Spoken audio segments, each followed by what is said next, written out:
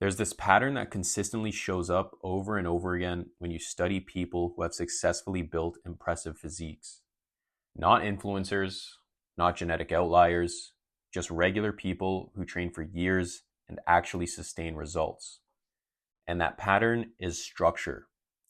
When you zoom out and look at training data, nutrition research, and long-term adherence trends, the biggest divider between people who make a successful transformation and people who stay stuck is how predictable their behavior is.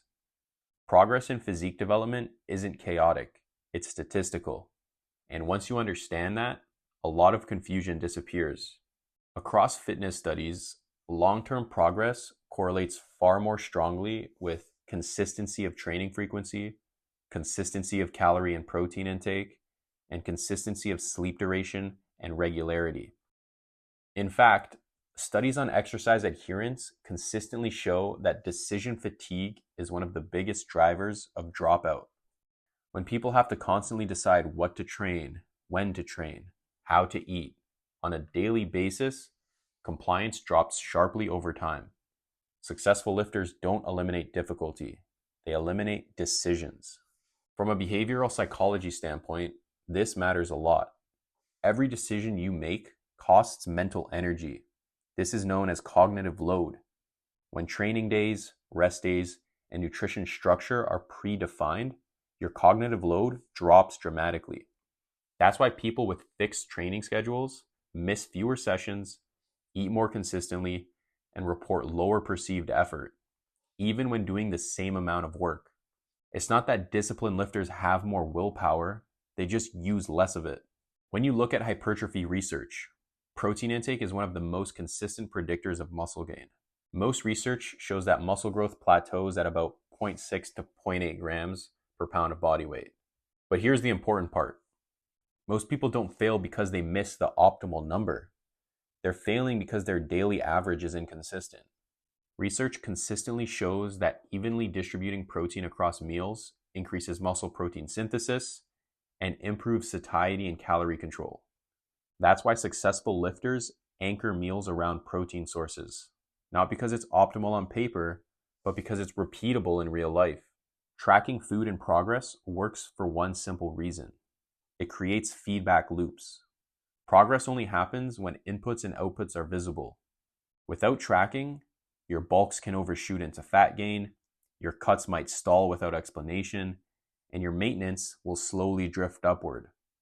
Tracking doesn't need to be perfect, but awareness alone will improve outcomes. People who track eat closer to their intended calorie targets, adjust faster when progress stalls, and they maintain results longer. Over time, tracking builds nutritional literacy. Portion awareness improves. Calorie estimation improves. Intuition becomes more accurate. Eventually, tracking will become optional, but early on, it's a shortcut to competence. Another one of the biggest reasons people abandon training is misinterpreting short-term data. For example, body weight fluctuates daily due to various different reasons: water retention, glycogen storage, sodium intake. Looking at a single metric creates emotional overreaction. Experienced lifters avoid this by tracking multiple metrics simultaneously. Strength trends, weekly body weight averages, progress photos, muscle measurements, waist measurements. Each metric filters out noise. This is standard practice in coaching and physique sports for a reason. It keeps people from changing plans prematurely. Consistency beats optimization. From a psychological standpoint, sleep is the highest leverage activity in the entire system. Sleep restriction has been shown to have many negative side effects, like reduced testosterone, impaired muscle protein synthesis, increased hunger hormones, reduced training performance. Even with perfect training and nutrition, poor sleep will cap your progress. That's why high-level lifters prioritize sleep duration and regularity, not because it's motivational, but because it directly controls recovery capacity.